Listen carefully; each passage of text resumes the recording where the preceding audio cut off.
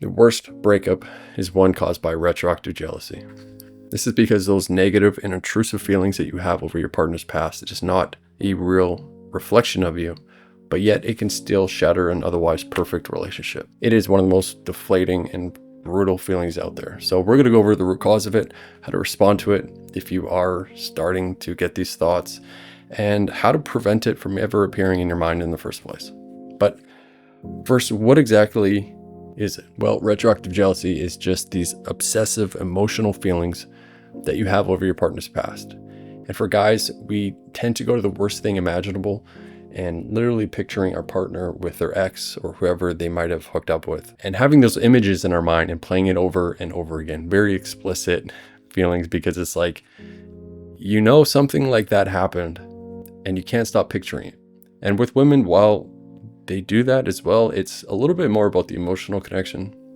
It's a little bit just wondering if the connection is as deep as what they currently have and if there's any lingering feelings. But why exactly does this happen?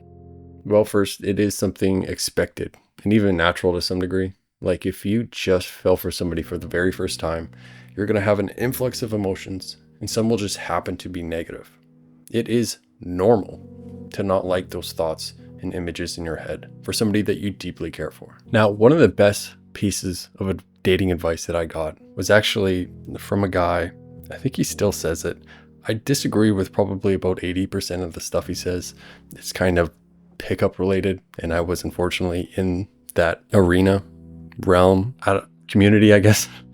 And what he said was, it's okay if you feel jealous or insecure, but just don't act on it. And that's something I carried with me. And I certainly don't feel as jealous or insecure as much as I used to, but it does happen. It's just, for whatever reason, these thoughts just come in your head. And, maybe this is just always going to happen. I don't know, but it's quite rare now. And just don't act on it. Like, just accept it, recognize it. These are thoughts coming through your mind. It is a thing. It is a very significant thing. Like, don't dismiss it. Don't put it on yourself as just your inability to handle a relationship, but at the same time, don't put it on them for, doing something sketchy or something that they shouldn't do, because ultimately you should give them as much freedom as you can, because that's what builds trust most of all. And with that, these negative thoughts and fears exist because you met somebody that you deeply care for. And how fucking awesome is that? Like, it shows what you are capable of, even though this might come from a scarcity mindset and you might be worried that you aren't capable of attracting somebody else like them. But that's bullshit. It is complete bullshit. If you did it once, you can do it again. And I know the vast majority of you had your partner just stumble into your life, like through social circle, or maybe your work, just being from, close proximity that you got to know each other. But what if you actually, max out your appearance, even go to the bars, whole approach, just apply yourself, even, be a bit more strategic, put a bit more time into the dating apps to get the right pictures. If you actually applied yourself, all of this would resolve it over time, at least for the vast majority of you. So moving on, there's this book that I read called How to Not Die Alone. It covers 3 different types of dating tendencies. The first one is the romanticizer, who believes in soulmates and expects love to happen magically. Maximizer constantly seeks the best options and struggles to commit. And the hesitator, which avoids dating until they feel ready or perfect. And for me, I definitely kind of relate to the maximizer. I'm always kind of thinking, I could do better. Or if not realizing that relationships and everything actually just take work, and that there's always something better, but realizing it's way more complicated than that. But relating to it is a single domino that I knocked over many years ago, which kind of spiraled into a mindset that I'm really thankful for today, and that I've talked a lot about, many people have talked a lot about. And it was the day that I started practicing gratitude, actually journaling down small things, from a cup of coffee that you might be appreciative of to the larger things like the people in your life. And it's really helped my relationships, my business, my overall mindset. And it's actually backed up by science, which was the only reason why I actually tried it in the first place. And the key difference for me is, while I'm still glad that someone's in my life like before, I'm a lot more appreciative of the moment with them. I'm not so much worrying about the future or stuck in the past. Like, they are here in your life right now, and that is a net positive. Your life is better off for them. Nothing else really matters in that. And if there's one thing that I could actually tell my younger self, is that I'm not really experiencing bad luck, or I'm not really the victim, it's not completely related to retroactive jealousy. But a lot of the struggles and things that I dealt with that kind of held me back at a younger age was ultimately from just believing almost like I was cursed to some degree. And I think from gratitude, what helped me with this was just recognizing that obstacles in front of you are not really holding you back, but rather they're opportunities for growth. So if I was experiencing this with my girlfriend now, and if it was a significant deal and not just like I'm having a bad day and I'm starting to feel these emotions and I know that I can get through it, but if for whatever reason I were to experience these things to a very deep and negative level, I'd realize that, okay, this is like the obstacle to take, that if I can get through, it's going to take things to the next level, that our relationship will be unstoppable because there's really nothing else beyond that.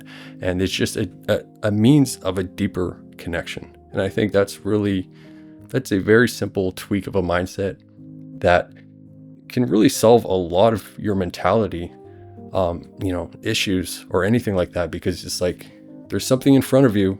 If you can get through this, you're progressing forward. And I know this is very simple, and I know probably most of you have, identified that long ago, but it's something that was really a big revelation for me. So I thought that it's worth mentioning. But there is a few more things that I want to bring to light. So the first is that these feelings and pictures in your head always do diminish over time in severity.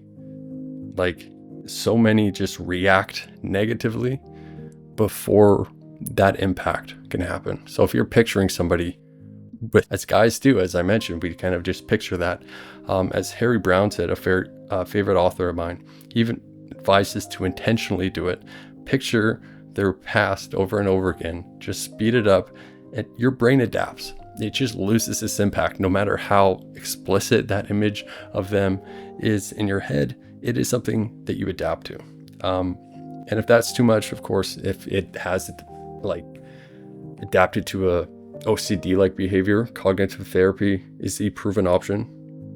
A big part of this is just recognizing these intrusive thoughts when they happen, that they're just passing through your mind. It's okay.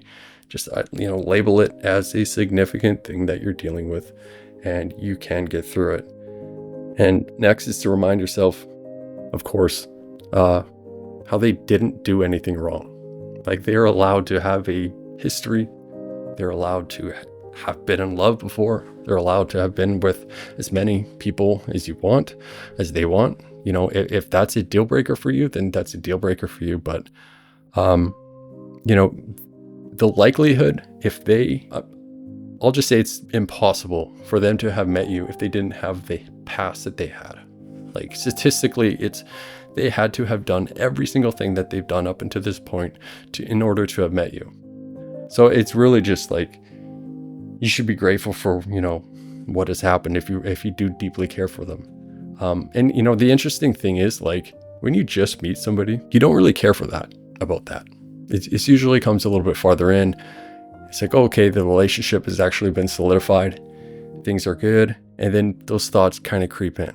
But, if for any guy that's watching this, like, if you were to be walking at the mall or something and you just see this like amazing, gorgeous woman, and if I came up to you and asked, like, would you care if, her body count was like twice of yours, if you could date her? You would probably say no, because it's like, she looks amazing. And I know I'm kind of superficial, just purely judging by a physical appearance standpoint, but it's just something that just creeps in and you have to deal with. But for a lot of you, once you actually have some experience, a lot of this will resolve over time. But I'll talk to you guys next week. Peace.